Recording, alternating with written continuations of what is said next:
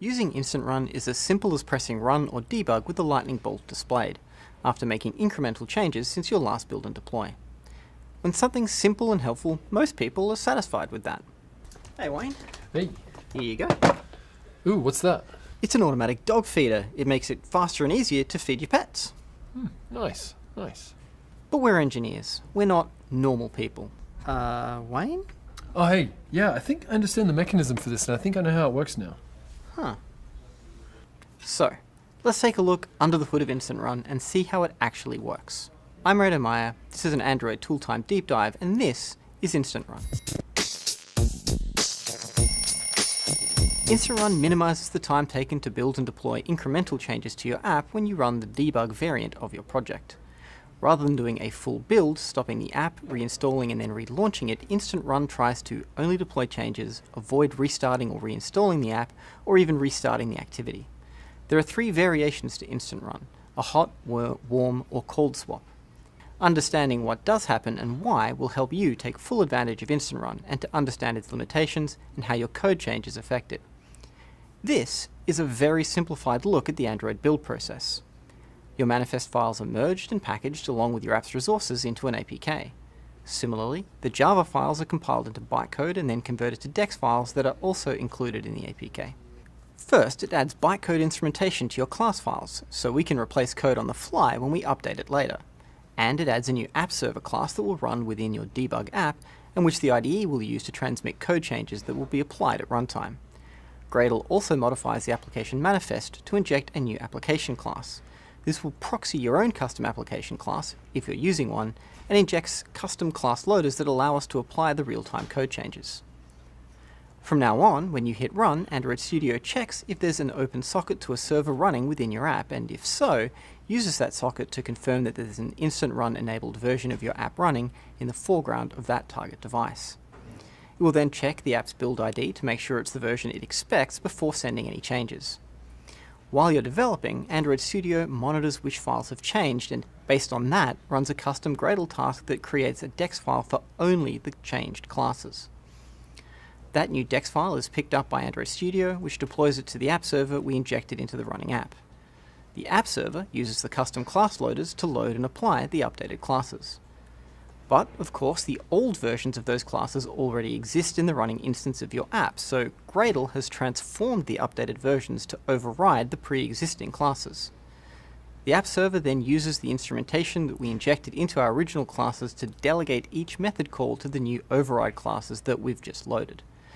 From now on, each time the affected method gets called, anywhere within our app, the new modified version of the method will get called instead.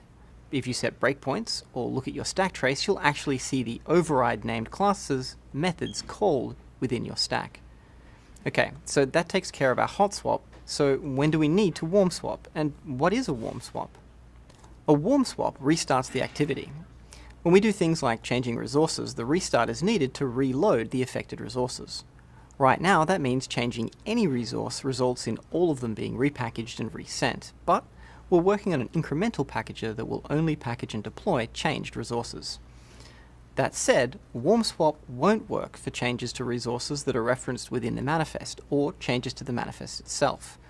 That's because the values read from the manifest are determined when the APK is installed, so you need a reinstallation before those changes can be seen. So, changing the string resource used to define the app name or drawable representing the app icon aren't supported within Instant Run. So far, we've looked at warm swaps to update resources, and before that, hot swaps that override methods within your running app. But what about structural changes that can't be applied simply by calling a method again? Like adding, removing, or changing annotations, fields, static or instant method signatures, or changing parent classes or static initializers. These cases require an application restart, using, where possible, a cold swap. Cold swaps apply code changes by sending new DEX files that are small slices containing only the affected classes to the target device before restarting the app. As a result, cold swaps depend on an app loading multiple DEX files, so that requires ART, which is only guaranteed available on devices running Android 5.0 or API level 21 or higher. For target devices running API level 20 or lower, and possibly using the Dalvik runtime, Android Studio deploys a full APK. Instant Run tries to be clever, but it can't turn back time. If you make code changes that affect initializers that were run when the application was first started, you'll need to restart your app for the changes to take effect. To perform an incremental build and restart the app, click Rerun. If you want to stop everything and redeploy a clean build, select Run and then Clean and Rerun App. To stop the running app, perform a clean build and deploy a new APK to the target device. So, is knowing how it works enough for an engineer? Let's check in with Wayne. I've replaced the mechanism with a Brillo board. I think I can make this thing internet enabled. That's what I thought. In that spirit, let's look at ways you can tweak your use of Instant Run to get the absolute most out of it. Instant Run is controlled by Android Studio, so you need to start and restart your debug instance from the IDE. Don't start and restart your app from the device or emulator, or things will get out of whack really quickly. Let's start by improving those full build times by tweaking the resources allocated to DEX. You can edit your project's Gradle.properties file to increase the maximum heap size of the Gradle daemon to enable DEX in process. The default here is 1 gig, so set it to at least 2 and DEX in process will be enabled, allowing multiple DEX processes to run within a single VM that's also shared with Gradle and significantly increases build speeds. If you've increased the JavaMax heap size in your module level build.gradle file from the default of 1 gig, you'll need to increase the Gradle daemon's VM size accordingly.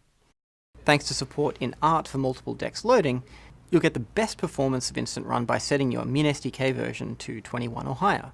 If your app supports earlier platform versions, it may be worth creating a new product flavor that sets your MinSDK to 21 for your debugging cycles, so you can take full advantage of the enhanced Instant Run support.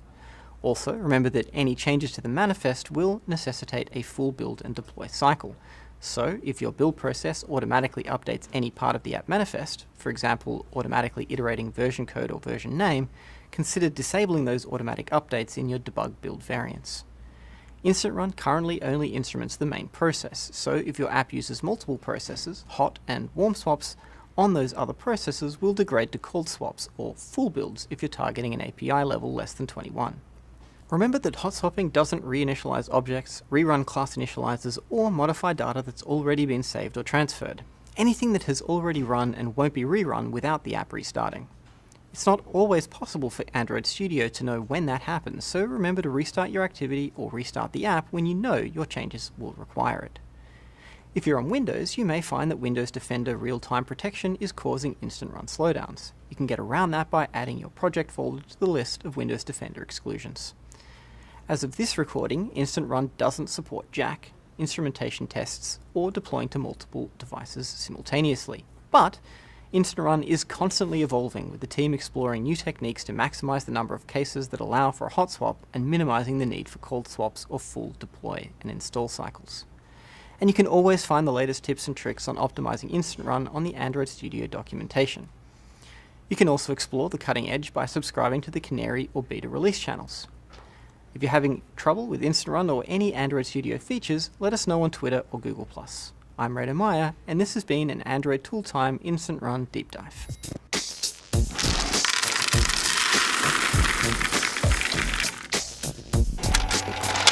Yeah!